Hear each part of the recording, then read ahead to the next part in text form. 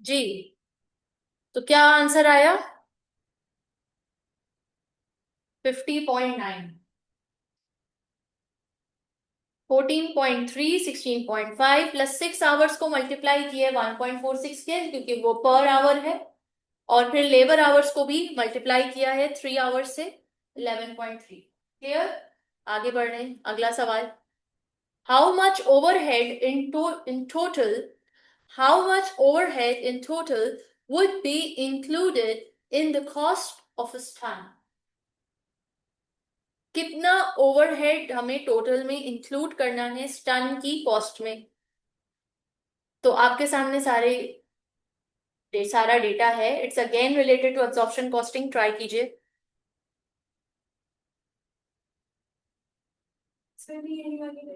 इसमें सिर्फ ओवरहेड का टोटल पता करना है जो आप स्टन यानी एक प्रोडक्ट के यूनिट कॉस्ट में ऐड करें।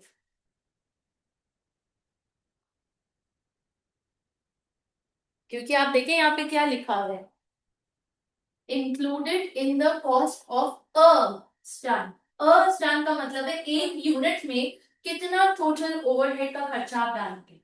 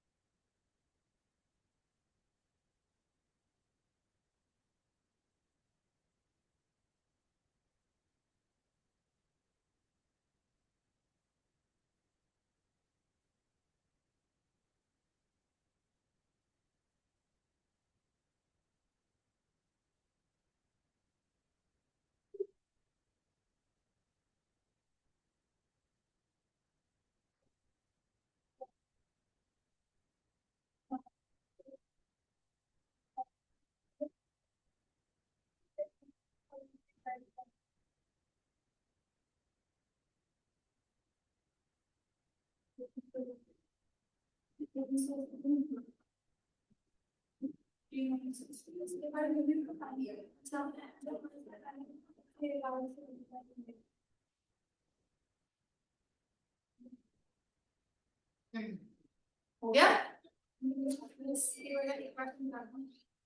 नहीं, मैं नहीं समझाऊंगी। मैं इसलिए नहीं समझाऊंगी क्योंकि तुम लोग पढ़े लिखे हो कि नहीं पढ़े लिखे हो, ये बताओ। अंग्रेजी आती है कि नहीं आती? ठीक है। अब मैं तुम लोग को स्ट्रेटेजी बताऊंगी कि समझना कैसे है। अगर हर वक्त तो मैं नहीं होंगी ना साथ में, घर पे भी कोई सवाल में फंस सकते हो, एग्जाम में भी कोई सवाल में फंस सकते हो, तो मैं तुम्हें तरीका बताऊंगी कि बेटा तुम जब फंसो तो तुम सबसे पहले रिलैक्स हो। टेक डीप ब्रेथ्स, मेरे साथ डीप ब्रेथ्स में। डीप ब्रेथ्स फलक।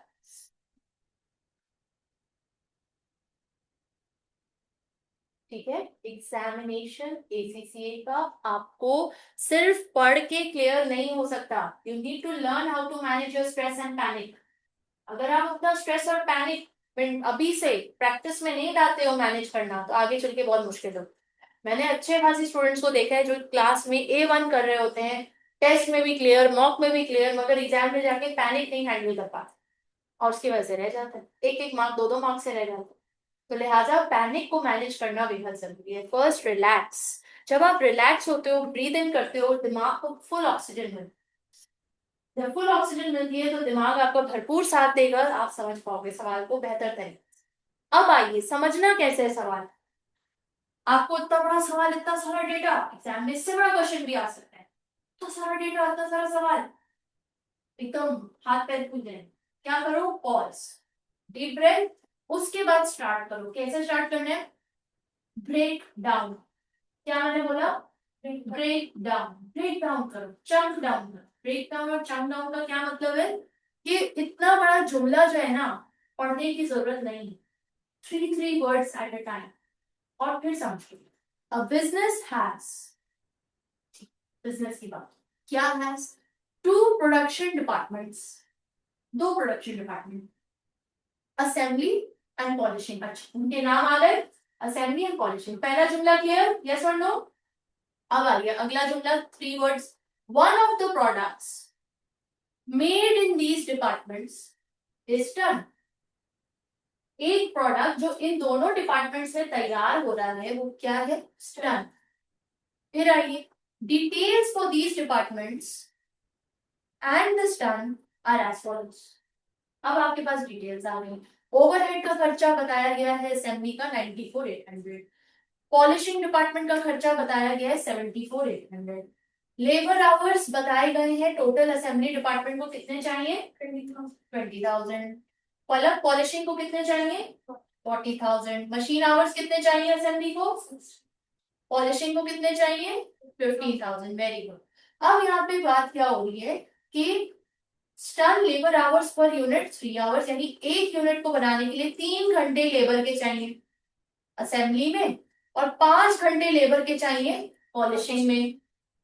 सिमिलरली मशीन आवर्स, असेंबली में 4 घंटे चाहिए एक यूनिट को, और पॉलिशिंग में 2 घंटे चाहिए। क्लियर? अब आइए क्या बात हो रही है, overheads in the assembly department, overheads in the assembly department are to be absorbed, are to be absorbed on the basis of machine hours। क्या बात हो रही है कि जो असेंबली डिपार्टमेंट है उसको किस बेसिस पे, असेंबली डिपार्टमेंट का ये जो ओवरहेड का खर्चा है उसको किस बेसिस पे अब्सॉर्ब करना है? Machine hours. यानी वो डिवाइड किससे होगा? मशीन आवर्स से। किसको डिवाइड करना है? इसको, और इससे मशीन आवर्स से। ठीक है, मशीन आवर्स का है 60,000। यस और नो? तो सिंपली क्या मैं यहाँ पे लिख सकती हूँ कि 94,800 डिवाइडेड बाय मशीन आवर्स कितना है? 60,000। पॉज, आगे बढ़ते हैं। And in the polishing department on the basis of labour hours, polishing department में कितने ओवरहेड्स है? 74,800 divided by on the basis of labour hours कितने हैं यहाँ पे? 40,000। 40,000 लेबर आवर्स है। अब जरा रुकिए, अब जरा देखिए, फिर क्या कह रहा है? How much overhead in total would be included in the cost of staff. हम कैसे कितना इंक्लूड करेंगे? पहले इसका वही OAR निकालेंगे, यस और नो, ओवरहेड एब्जॉर्प्शन रेट निकालिए।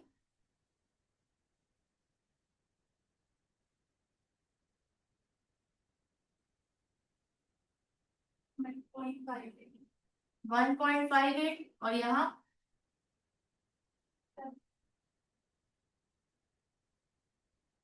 1.87 पर लेबर आवर। ठीक है, पर मशीन आवर निकल आया डॉलर, पर लेबर आवर निकल आया dollar.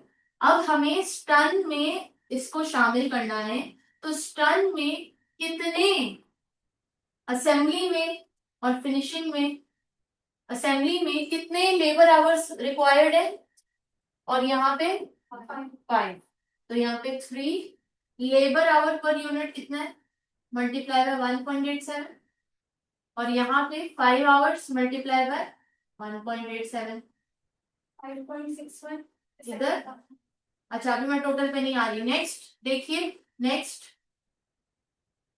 4 hours machine our per unit assembly में। ठीक है, 4 hours multiply by machine hours का कितना है 1.87, और यहाँ पे 2 आवर्स मल्टीप्लाई बाय 1.58, नहीं ये मशीन आवर्स तो 1.58 है, सॉरी 1.58, और यहाँ पे 1.87, ये भी फिर मैंने गलत लिखा 1.58 1.5। ठीक है, ये मशीन है, ये लेबर है। अब इसका टोटल कीजिए।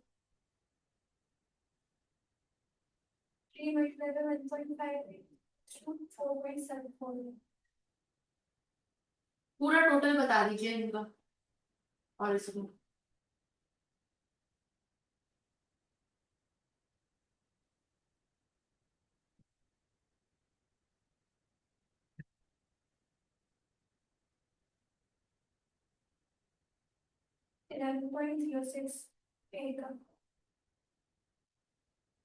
और इसका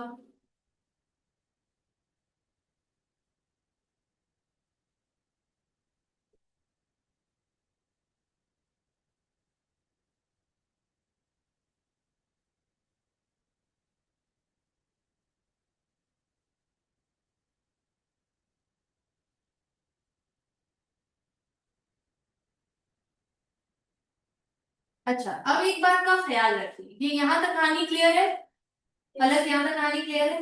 अब एक बात का ख्याल रखिए कि जब भी OAR ओवरहेड अब्जॉर्प्शन की हम बात करते हैं, तो हर डिपार्टमेंट में कोई एक ही चीज हम चूज कर सकते हैं। यानी कि यहाँ पे या हम OAR मशीन बेस्ड चूज कर सकते हैं या लेबर बेस्ड, दोनों में से कोई एक। क्यों?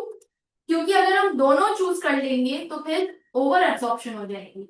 हमें किसी एक को बनाना है अपना एब्जॉर्प्शन के लिए। तो यहाँ पे सवाल, यूजुअली हर सवाल में आपको गाइड किया जाएगा कि किस डिपार्टमेंट में आपने किसको कंसिडर करना है। तो यहाँ पे हमें गाइड किया गया है साफ साफ कि असेंबली डिपार्टमेंट में मशीन को कंसिडर करना है, यानी हम इसको कंसिडर नहीं करेंगे, हम 4 आवर्स को कंसिडर करेंगे, और 4 आवर्स मल्टीप्लाई बाय जैसे हमने किया इसको कंसिडर करना है। ठीक है, और पॉलिशिंग डिपार्टमेंट में साफ साफ लिखा है कि लेबर आवर्स हम लेंगे, तो यानी हम यहाँ पे मशीन को नहीं लेंगे, लेबर आवर्स को लेंगे, और लेबर आवर्स की बेस पे हम एब्जॉर्प्शन को प्रोडक्ट की कॉस्ट में एब्जॉर्ब करेंगे ओवरहेड्स। अब बताइए इन दोनों का एड अप करके क्या आंसर है?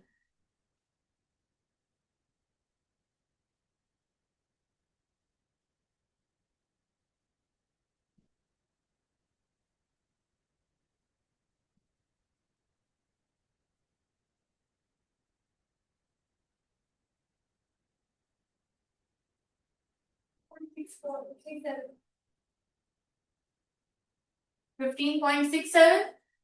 Let's see, do we have it as an option? Clear?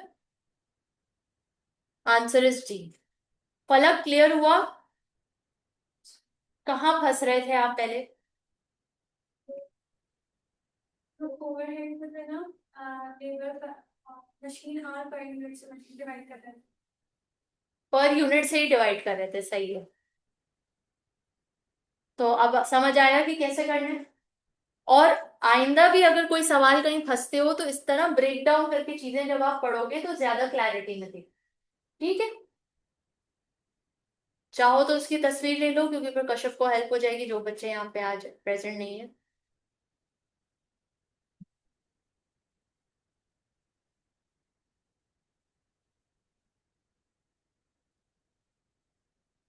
Group में शेयर कर देना। अच्छा जी, यहाँ तक कहानी क्लियर होगी। अब आइए प्री डिटरमाइंड एब्जॉर्प्शन रेट। अब होता ये है कि हम 1 जनवरी को खड़े हैं, ठीक है, और 15 जनवरी को हमने प्रोडक्ट्स तैयार कर लिए, बना लिया, यस और नो। लेकिन हमें नहीं पता कि बिजली का बिल 5 लाख आना है कि 10 लाख आने हैं। हमें नहीं पता, अभी हम 15 तारीख को खड़े हैं। तो यूजुअली क्या होता है, इदारा क्या करता है, इदारा स्टक तो नहीं हो सकता ना, इदारे को भिजवाना है सप्लायर को माल। क्योंकि अगर कोई समझो फूड आइटम बने तो 1 हफ्ते में एक्सपायर हो जाएगा। तो फटाफट जाना है वहां, सप्लायर को भिजवाना है ताकि वो सेल ऑफ हो और सेल हो। तो उसकी सेलिंग प्राइस भी निकालनी पड़ेगी फौरी तौर पे। तो क्या किया जाता है कि इदारा अपने लिए, अपने उस पर्टिकुलर प्रोडक्ट के लिए प्री डिटरमाइंड एब्जॉर्प्शन रेट तय कर लेता है। प्री डिटरमाइंड का मतलब ही यही होता है पहले से तयशुदा। क्या मतलब है पहले से तयशुदा? पहले से तयशुदा, तो वो पहले से तय कर लेता है कि एब्जॉर्प्शन रेट मैं यही लूंगा। और वो तय किस बेसिस पे करता है?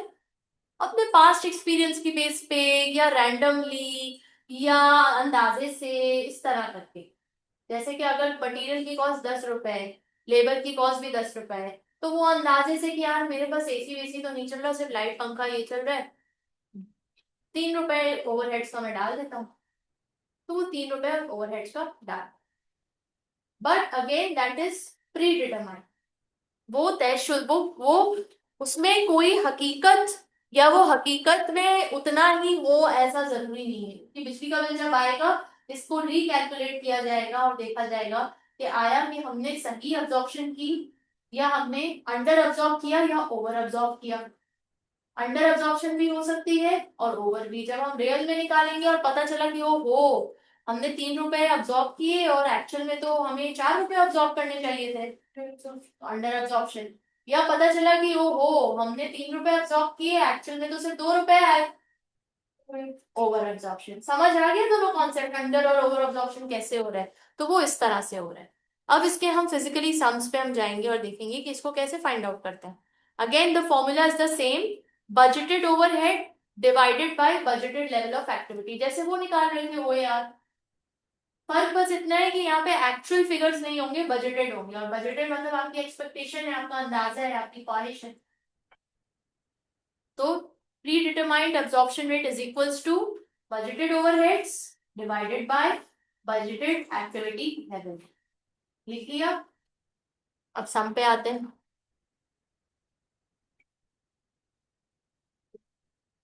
ओवर अंडर भी आप लोगों ने समझ लिया, अब यहाँ जरा पढ़िए ओवर एब्जॉर्प्शन की definition. Absorption means that the overhead charged to the cost of production are greater than the overheads actually incurred. Clear? Next. Under absorption means that insufficient overheads have been included in the cost of production. Clear? अच्छा, अब आइए यहाँ पे देखिए, actual overheads in the period are 84,000 and 45,000 जो है direct labour hours है। लेकिन बजटेड कितने थे? बजटेड बताए जा रहे हैं 80,000। बजटेड ओवरहेड 80,000 था और बजटेड एक्टिविटी लेवल 40,000 था। तो उसके हिसाब से प्री डिटरमाइंड ओवरहेड कितना निकला? $2। 80,000 डिवाइडेड बाय 40,000 इज $2। तो ओ ए आर प्री डिटरमाइंड $2 निकाला और एक्चुअल इन्होंने बता दी है। अब ये बोल रहे हैं कि कंपेयर करो और बताओ ओवर एब्जॉर्प्शन है या अंडर एब्जॉर्प्शन है। तो जब इन्होंने एक्चुअल लिखा तो एक्चुअल निकल करके आ रहा है ओवरहेड्स इनकर्ड 84,000। ओवरहेड एब्जॉर्ब यानी अगर हम 45,000 आवर्स को मल्टीप्लाई बाय 2 करें जो कि प्री डिटरमाइंड ओएआर था, तो उसके मुताबिक $90,000 ओवरहेड बनने चाहिए। लेकिन एक्चुअल में कितने आए? 84, कम आए। तो ओवर एब्जॉर्प्शन है या अंडर एब्जॉर्प्शन है?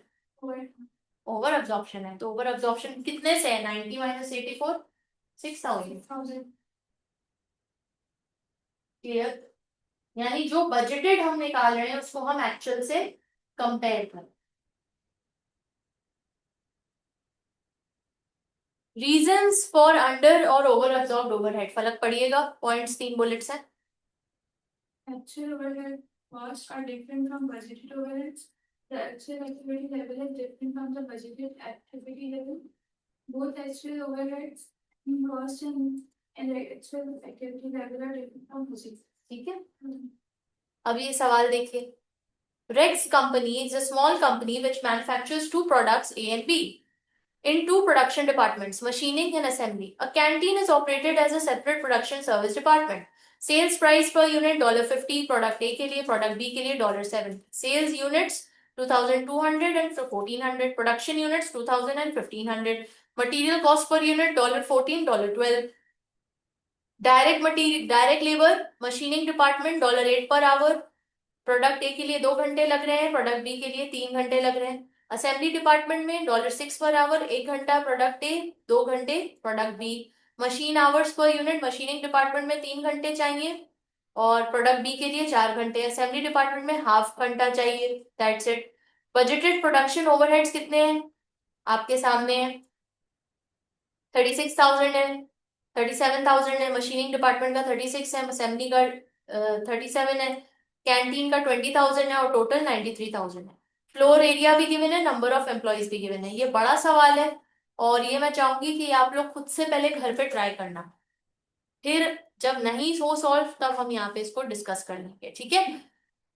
और इसको आपने कैसे करना है, पहले सबसे पहले आपने घर पे जो हमने छोटे सवाल किए हैं उसको दोबारा से घर पे रीडो करना है, प्रैक्टिस करनी है, फिर इस सवाल को अटेम्प्ट करना है एंड स्टेप बाय स्टेप, घबराना नहीं है। जो स्टेप्स आपसे हो रहे हैं इधर ही वो तो करो, जो स्टेप्स आपको समझ आ रहे हैं वो तो करो, जो नहीं समझ आ रहा है उस स्टेप को स्किप करके जो जो स्टेप समझ आ रहे हैं वो करते जाए, ठीक है। अब आइए अकाउंटिंग फॉर अंडर और ओवर एब्जॉर्प्शन। अकाउंटिंग यानी कि जाहिर है रिकॉर्डिंग हम सीखेंगे, वैल्यूएशन हमने सीख ली है, अब हम रिकॉर्डिंग का पार्ट सीखेंगे। रिकॉर्डिंग का part what to record, where to record, how to record. तो हम सीख रहे हैं कि भाई इसकी जर्नल एंट्री कैसे बनेगी। तो ये सिंपली कुछ भी नहीं है, as has been noted in the example above, the under absorbed overhead is written off to the income statement as a cost to compensate for the undercharging of overheads to that point. जो under absorb overhead है ना, जिसको absorb नहीं किया गया, तो उसको अब क्या करें हम। तो the double entry to correct the under absorption in the above example is, under absorption को जब आपने करेक्ट करने, क्योंकि अब आपको पता चल गया कि मेरा बिजली का बिल जो था या मेरा ओएआर जो था, जो मैंने प्री डिटरमाइंड सोचा था, वो था $10 फॉर एग्जाम्पल। और एक्चुअल में जब बिजली का बिल आया तो मुझे पता चला it's not $10, it's actually $12।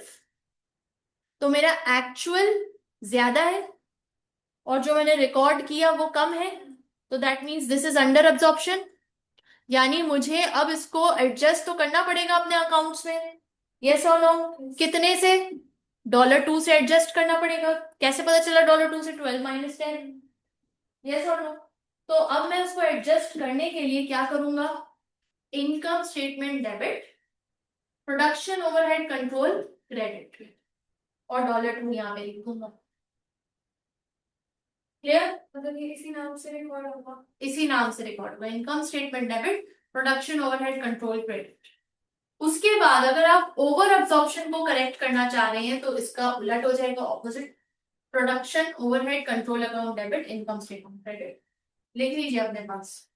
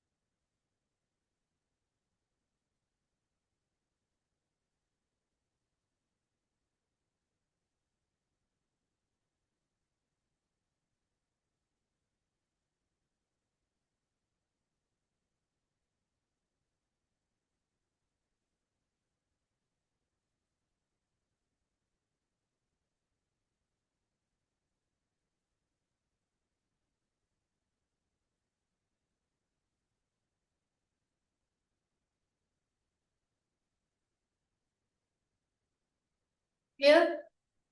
Next, inventory valuation using absorption costing and marginal costing. अब हमने absorption costing सीख ली है और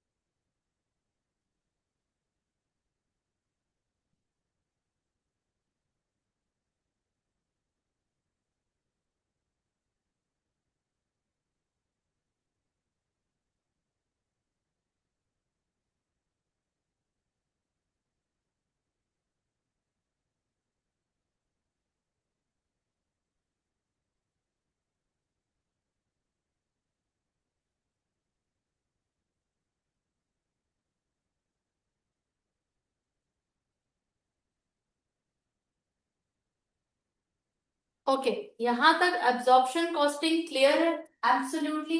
हमने तीनों स्टेजेस कर लिया, एलोकेशन, अपॉर्शनमेंट एंड एब्जॉर्प्शन, तीनों स्टेजेस कर लिए।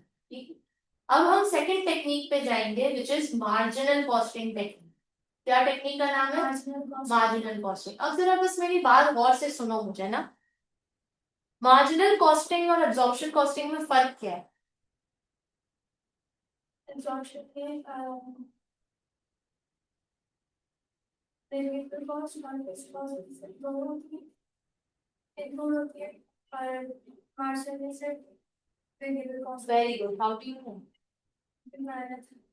ये हम पढ़ चुके हैं क्या, एब्जॉर्प्शन मार्जिनल पढ़ चुके हैं? तो इसमें इसी की आप समझे, उसी को रिपीट किया गया है कि एब्जॉर्प्शन कॉस्टिंग और मार्जिनल कॉस्टिंग, ये दोनों में जो फर्क है वो यही है जो अभी आपने कहा है कि एब्जॉर्प्शन कॉस्टिंग में फिक्स्ड और वेरिएबल एलिमेंट दोनों को कंसिडर किया जाता है और मार्जिनल कॉस्टिंग में सिर्फ और सिर्फ वेरिएबल एलिमेंट को देखा जाता है। अब आइए कि अल्लाह भला करे आपका, इसका हम अब एक सवाल देख रहे हैं कि प्रॉफिट स्टेटमेंट जब हमें बनाने हैं, प्रॉफिट स्टेटमेंट यानी statement of profit and loss, वो बनाने में जब हम अब्जॉर्प्शन कॉस्टिंग का इस्तेमाल करेंगे तो उसमें कैसा प्रेजेंटेशन होगी, कैसी प्रेजेंटेशन होगी, और जब हम मार्जिनल कॉस्टिंग इस्तेमाल करेंगे तो उसमें कैसी प्रेजेंटेशन होगी। तो ये देख सकती हैं आप कि हमारा ये एक छोटा सा सवाल है जो कि एग्जाम्पल सम है। TLF company manufactures a single product the cloth. The following budgeted figures relate to the cloth for a 1 year period. 800 units की सेल्स एंड प्रोडक्शन बता रहे हैं। Sale $16,000, production variable 6,400, fix 1,600, sale and distribution cost variable 3,200, fix 2,400, fix cost are incurred evenly throughout the year and actual fixed costs are the same as budgeted. Actual variable cost per unit are also the same as budgeted. All of the variable production costs are direct costs. There were no inventories of cloth at the beginning of the year. क्या कह रहे हैं? Opening inventory zero, कुछ भी नहीं है. In the first quarter, 220 units were produced and 160 units were sold. Closing inventory कितनी होगी फलक? 220 minus 160 कितना हुआ? 60 यूनिट, 60 यूनिट्स आपकी क्लोजिंग इन्वेंट्री है। अब इसको हम प्रेजेंटेशन कैसे करेंगे? पहला सवाल क्या है? Calculate the fix production cost absorbed by Claude in the first quarter if absorption costing is used. यानी सिंपली क्या निकालना है? OAR, yes or no? OAR निकालना है तो OAR निकालने के लिए क्या लेंगे हम? ओवरहेड्स। ओवरहेड्स का खर्चा क्या है? वेरिएबल और फिक्स दोनों। कौन सा? प्रोडक्शन का या सेल्स एंड डिस्ट्रीब्यूशन का? Very good. क्यों? क्योंकि प्रोडक्शन तो आपका डायरेक्ट हो गया ना, ओवरहेड तो नहीं हुआ वो। इनडायरेक्ट कॉस्ट यही है, सेल्स एंड डिस्ट्रीब्यूशन। तो इसको हम कैलकुलेट करेंगे, टोटल तो क्या आ रहा है? 5,600। 5,600 को अब हमें डिवाइड करना है, किससे? किससे डिवाइड करें? आवर्स कहीं गिवन है? आवर्स तो नहीं गिवन। तो फिर यूनिट्स गिवन है, एक्टिविटी लेवल गिवन है, तो एक्टिविटी लेवल कितनी है, प्रोडक्शन कितनी है? 220। तो 5,600 डिवाइड बाई 220 करो।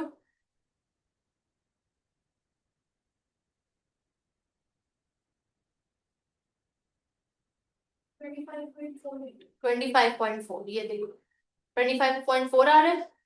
नहीं, 600 divided by 220. ठीक है, अब ये देखो इन्होंने क्या किया, बजटेड फिक्स प्रोडक्शन कॉस्ट ली है, बजटेड फिक्स प्रोडक्शन कॉस्ट 1600 ली। ये कहाँ से लिया इन्होंने, Sales. Production cost fix Fixed. 1600, ये 1600 इन्होंने फिक्स लिया है और इसको डिवाइड किया है किससे, 800 यूनिट से। 800 यूनिट्स कैसे आया, जो सेल्स एंड प्रोडक्शन यूनिट्स ऊपर लिखा हुआ है, 1 ईयर का पूरा 800, इन्होंने 800 यूनिट से डिवाइड किया। ठीक है, और कौन सी ली है, सिर्फ प्रोडक्शन कॉस्ट का फिक्स्ड एलिमेंट ली है, सेल्स एंड डिस्ट्रीब्यूशन नहीं ली है। क्यों, क्यों, रीड द रिक्वायरमेंट।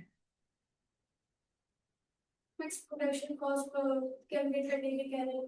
क्वेश्चन में गिवन हिसाब से हम क्यों खुद से अज्यूम किए कि ओएआर निकालने को बोल रहे हैं, समझ रहे हो, these are the mistakes we make in the exam, कि हम क्वेश्चन पढ़ते हैं और फिर अज्यूम कर लेते हैं कि हाँ ये तो वो था और फौरन लग जाते हैं सवाल हल कर। क्वेश्चन 2 दफा पढ़ो, रिक्वायरमेंट 2 दफा पढ़ो, क्या पूछ रहा है, फिक्स प्रोडक्शन कॉस्ट, तो क्या ऊपर क्वेश्चन में कहीं गिवन है fix production cost, yes given है directly, production cost fix given है, तो हमने उसी का निकालना है कि फर्स्ट क्वार्टर में कितना एब्जॉर्ब किया जा रहा है। तो फर्स्ट क्वार्टर में कैसे पता चलेगा, 1600 डिवाइड बाय 800 करेंगे, लेकिन 800 तो पूरे साल का बताया हुआ है। फर्स्ट क्वार्टर में कितने मंथ्स होते हैं, पहले क्वार्टर में कितने महीने होते हैं, 3 महीने होते हैं, हर क्वार्टर में 3 मंथ्स होते हैं। ठीक है, तो 3 मंथ्स, तो 800, पहले क्या करेंगे, 1600 डिवाइड बाय 800 करेंगे, कितना आ रहा है आंसर, 2 आ रहा है। और हमें तो सिर्फ चाहिए कितना, फर्स्ट क्वार्टर का, तो फर्स्ट क्वार्टर का क्या लिखा है इन्होंने, 220 यूनिट्स बन रहे हैं फर्स्ट क्वार्टर में, तो 2 मल्टीप्लाई बाय 220, 440।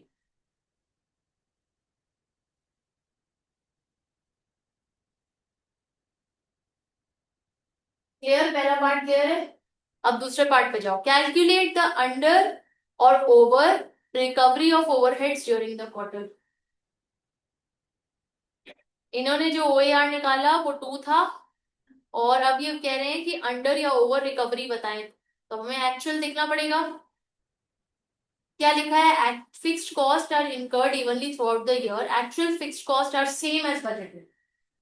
फिर क्या कह रहे हैं, actual variable cost is also same as budgeted. फिर क्या कह रहे हैं कि all of variable production cost are direct cost, there were no inventories, यानी कि एक्चुअल और बजटेड दोनों सेम है। तो एक्चुअल और बजटेड जब सेम है तो अंडर या ओवर रिकवरी का फिर क्या कोई सवाल उठना चाहिए, जब से तो फिर अंडर एंड ओवरहेड। तो फिर तो देखते हैं इन्होंने क्या लिखा है, एक्चुअल फिक्स प्रोडक्शन ओवरहेड 400, कैसे निकाला, 1600 को क्वार्टरली डिवाइड किया है,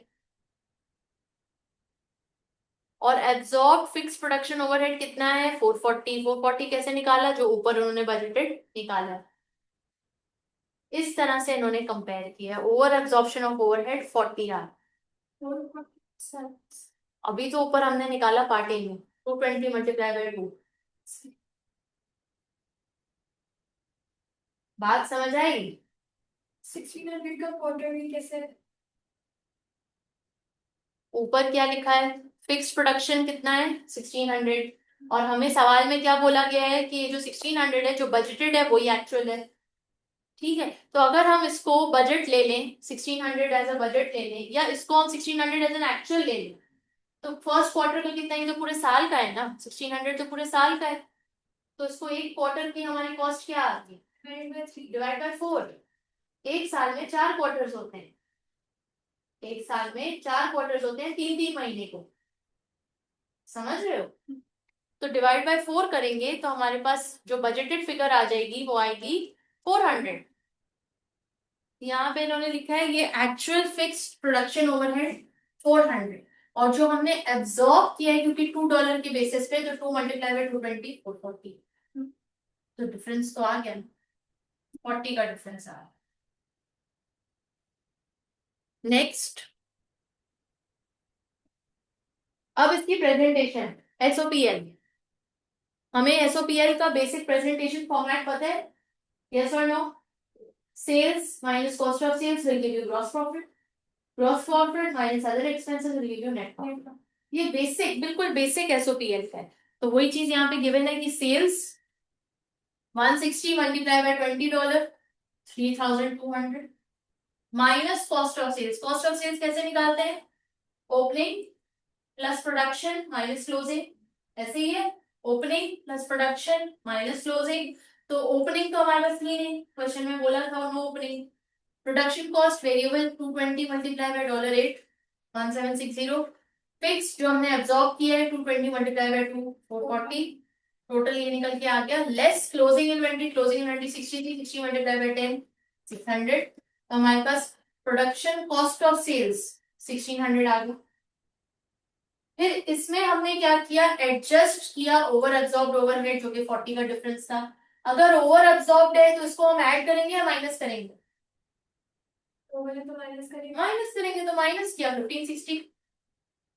1560 3200 माइनस 1560 ग्रॉस प्रॉफिट आ गया 1640।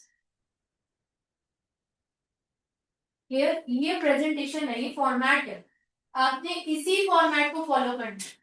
आप नहीं पूछ सकते कि मैम ये पहले प्रोडक्शन कॉस्ट क्यों आई बाद में एडजस्टमेंट क्यों आया, नहीं, this is the format, this is how you will go. और ये फॉर्मेट आपको याद कैसे होगा? जब आप लिखोगे, पूरा लिखोगे, सेल्स ये हुआ, फिर ये पूरा लिख लिख के जब आप समझोगे ना, तब आपको ये याद होगा फॉर्मेट।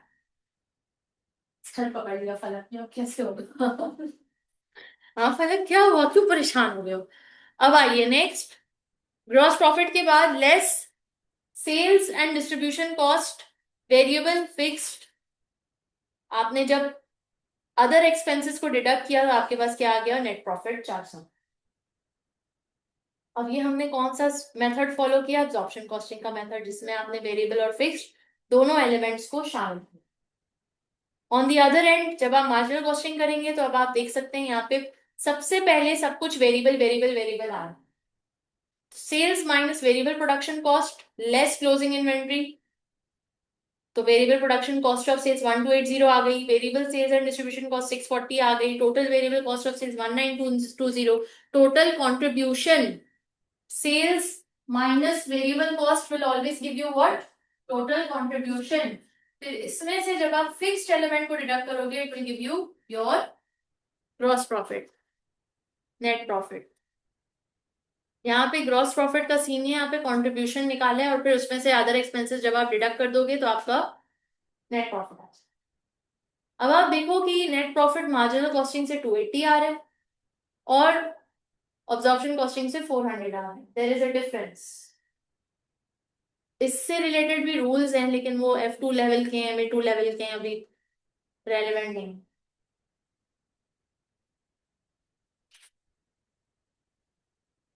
ये हमारे पास क्विक क्विज है, जल्दी से कीजिए, चैप्टर कंप्लीट है हमारा। फलक आपको क्लियर हुआ है या नहीं हुआ बिल्कुल भी?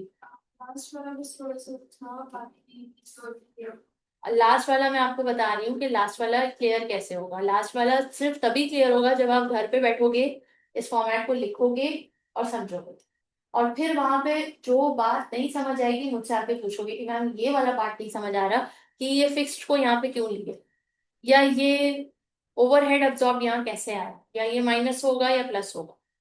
फिर आप मुझसे एग्जैक्टली स्पेसिफिकली आके पूछोगे कि मैम ये चीज नहीं समझ। ये चीज, ये क्या है? ये फॉर्मेट है। ये फॉर्मेट आपको एज इट इज फॉलो करना है कि सेल्स में से प्रोडक्शन कॉस्ट वेरिएबल फिक्स दोनों निकलेगा।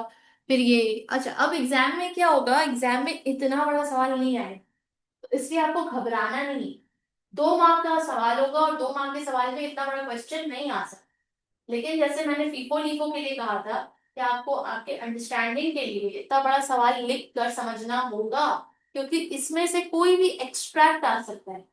हो सकता है आपको सिर्फ पूछा जाए कॉस्ट ऑफ सेल्स बताओ, हो सकता है आपसे सिर्फ पूछा जाए कि ग्रॉस प्रॉफिट सिर्फ बताओ, हो सकता है आपसे पूछा जाए कि वो ओवरहेड अब्जॉर्प्शन कितना है जो डिडक्ट होगा एसओपीएल में से। तो आपको अगर पूरा पता होगा तो आपको पता होना चाहिए कि ओवरहेड अब्जॉर्ब $40 जो है डिडक्ट हो। ठीक है, हो सकता है कोई ट्रू एंड फॉल्स आ जाए, कोई टेक्स्ट बॉक्स आ जाए, तो इसलिए इसको लिख कर घर पे प्रैक्टिस करना बेहद जरूरी है ताकि इसकी क्लैरिटी मजीद हासिल हो। अच्छा जी, अब आइए जरा ये क्विक क्विज कीजिए।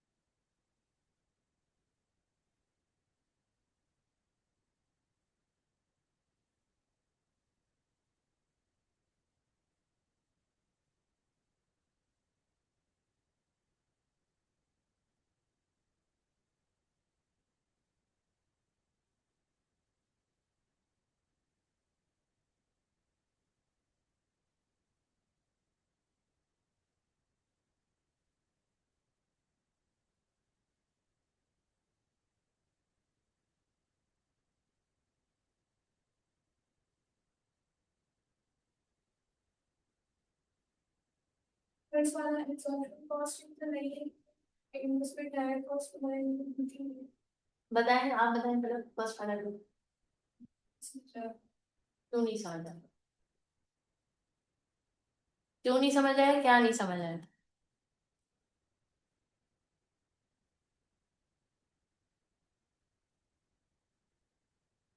What is the name given to the costing method where the cost of goods sold and the value of closing inventory include an element of indirect cost or overheads?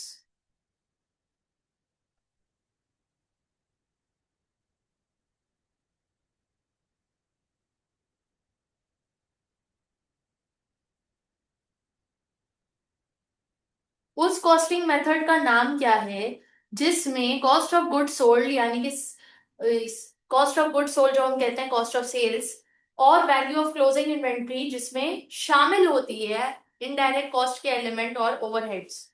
Absorption cost. Exactly. इसमें direct cost यानी fixed overhead हाँ, शामिल होती है। Margin में सिर्फ variable element शामिल होते हैं, तो इसमें मसला क्या था? Next, which one of the following is the formula for calculating an OAR, overhead absorption rate?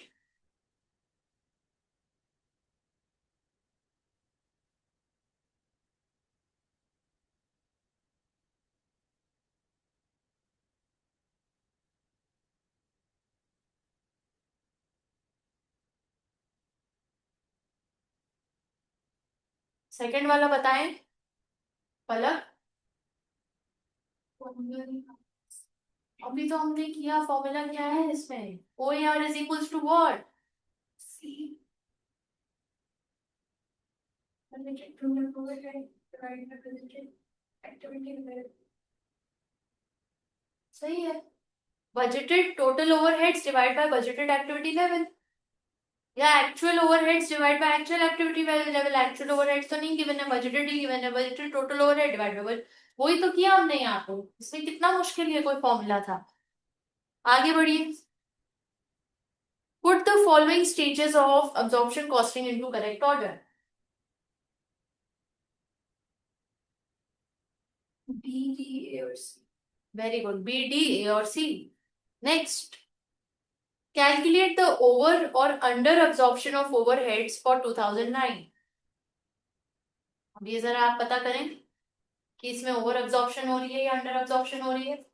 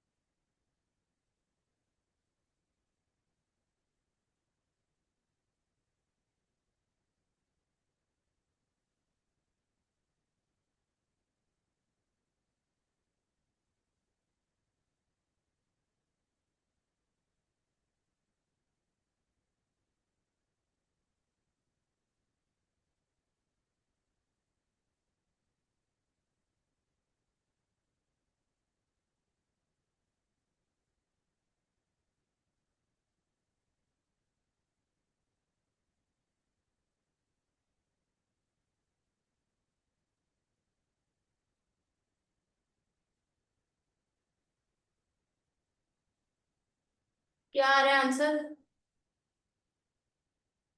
सबसे पहले OAR निकालें। OAR क्या है? budgeted overheads divide by budgeted activity level. निकालें कितना है? 6 lakh divide by 120,000। Yes, find it out quickly. 5 5 5। तो 5 आपका क्या निकल आया? OAR निकल आया। अब एक्चुअल एक्टिविटी लेवल कितनी है?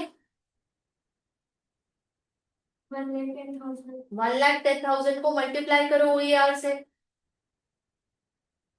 100,000। ठीक है, ये अब आपका आ गया जो आपने सोचा था प्री डिटरमाइंड ओएआर के साथ। आपने 1,10,000 जो काम हुआ है इसको मल्टीप्लाई करके अपना ओवरहेड्स निकाल लिया।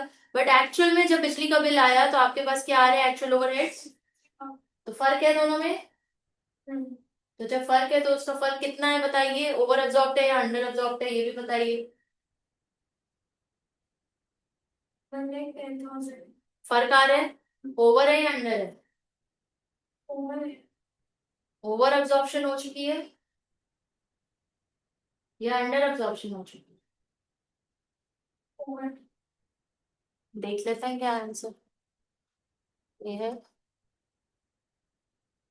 यहाँ इन्होंने लिख भी दिया, over absorption occurs when absorbed overheads are greater than actual overheads. Is this true और फॉल्स। ये 5वां क्वेश्चन था। मैं पहले चौथे का बताती हूँ आंसर। चौथे का D. D is under. Under absorbed है ना जी, ओवर नहीं है। अंडर एब्जॉर्ब इसलिए क्योंकि इन्होंने जो एब्जॉर्ब कर लिया वो 5,50,000, और एक्चुअल में जब बिजली का बिल आया तो पता चला 6,60,000। तो कम अब्जॉर्ब किया ना, प्रोडक्ट की कॉस्ट में कम अब्जॉर्ब किया, तो देयरफॉर अंडर एब्जॉर्प्शन। ठीक। पलक क्लियर। और फिफ्थ का क्वेश्चन का आंसर है ट्रू। अब देखो इस तरह के ट्रू एंड फॉल्स आ सकते हैं, you guys need to be smart.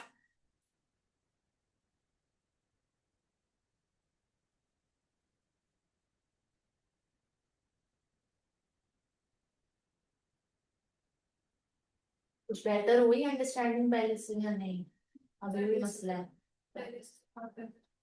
True true हो गया, गुड। अब आइए, अब आपने घर पे देखो बेटा, मेरे इस बात को लाइटली मत लो। इसलिए क्योंकि आप लोगों का पहला पेपर, कोई भी चीज जब इंसान नई नई शुरू करता है ना, वो शुरू में बिल्कुल नहीं समझ आती। लेकिन जब वो रोज उससे गुजरता है, करता है, वो कानों में बात पढ़ते पढ़ते पढ़ते, रोज उसको देखते देखते करते करते चीजें ऑटोमेटिकली एब्जॉर्ब होने लगती। तो इसका अब घर जाके बेहतरीन हल ये है कि इस चैप्टर को आपने डिले नहीं करना। आपने accounting for material, accounting for labour और accounting for overheads top priority में रख के अभी इन दिनों में ही कंप्लीट करना है। क्यों, क्योंकि डिले करोगे भूल जाओगे, और ये कोर है, ये हार्ट है मैनेजमेंट अकाउंटिंग। ये 3 चैप्टर्स मैनेजमेंट अकाउंटिंग का हार्ट है, दिल है। इसके बगैर मैनेजमेंट अकाउंटिंग कुछ भी नहीं। इसके अलावा बाकी सब चैप्टर्स इजी हैं, स्ट्रेट फॉरवर्ड है, उनका मसला नहीं है, मगर ये 3 चैप्टर्स क्रूशियल और एसेंशियल। तो आपने अब इसको घर जाके कैसे करने हैं, आपने पहले चैप्टर रीडिंग करनी है, और जैसे जैसे चैप्टर रीडिंग करते जाओगे, जो एग्जांपल्स आते जाएंगे उसको लिख के दोबारा सॉल्व करो, लिख के, मेंटली नहीं, लिख के, ताकि एक एक स्टेप क्लियर हो। उसके बाद जैसे ये पूरा प्रोसेस करते करते पूरा चैप्टर, तुम्हारी रीडिंग भी कंप्लीट होती है और एग्जाम्पल सम्स करना कंप्लीट होते हैं, तो जो थियोरेटिकल पॉइंट्स हैं या जो आपको लग रहा है कि नहीं मुझे ये फॉर एग्जाम्पल फॉर्मूला याद नहीं हो रहा, तो 1 पेजर नोट्स बनाइए और उसमें ये फॉर्मूला बुलेट फॉर्म में लिखिए कि इसका ये फॉर्मूला है, अंडर एब्जॉर्प्शन कब होगी, एब्जॉर्प्शन कब हो और ओवर कब होगी, मैं कैसे याद रखूं, क्योंकि कंफ्यूजन हो रही है। समझ तो आ गई है बात, कॉन्सेप्ट तो क्लियर है, लेकिन क्या ऐसा मैं अपने लिए मार्क करूंगी, एक्चुअल ऊपर होगा ज्यादा होगा, बजटेड कम होगा तो मतलब ओवर एब्जॉर्प्शन, एक्चुअल कम होगा बजटेड ज्यादा होगा तो मतलब अंडर। तो अपने लिए शॉर्ट फॉर्म में अपने लिए नोट्स बनाएं, ताकि वो रिवीजन के टाइम आपको हेल्प करे और सम सॉल्व करते हुए आप बार बार उसको रेफर करके हेल्प ले सकें। ठीक है। उसके बाद आपने ये क्विक क्विज दोबारा करना।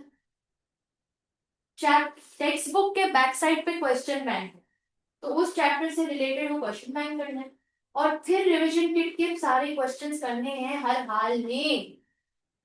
ये आपकी फर्स्ट प्रेपरेशन हो गई, फर्स्ट राउंड प्रेपरेशन। उसके बाद जब आप पूरा कोर्स कंप्लीट हो जाएगा तो सेकंड टाइम रिवीजन किट फिर से पूरी करोगे, और फिर टेस्ट और मॉक्स के दौरान आप 3 टाइम्स तीसरी दफा रिवीजन किट करो। और रिवीजन किट के क्वेश्चन समझ के करो, देख के करो, क्योंकि उसी टाइप के क्वेश्चन आएंगे सिमिलर। नंबर्स चेंज होंगे, थोड़ा बहुत कहानी चेंज होगी, कैरेक्टर्स के नाम चेंज होंगे, लेकिन वर्डिंग्स और उनका इंग्लिश लैंग्वेज यूज करने का स्टाइल, रिक्वायरमेंट पूछने का स्टाइल वही होता है। वो चेंज नहीं हो। बात समझ आ रही? अगर ये पैटर्न फॉलो किया आपने सीरियसली, तो मैं आपको गारंटी देती हूँ आपको अच्छे नंबर से पास होने से कोई नहीं रोक सकता। सिर्फ पास होने से नहीं, अच्छे नंबर से पास होने से कोई नहीं रोक सकता। लेकिन अगर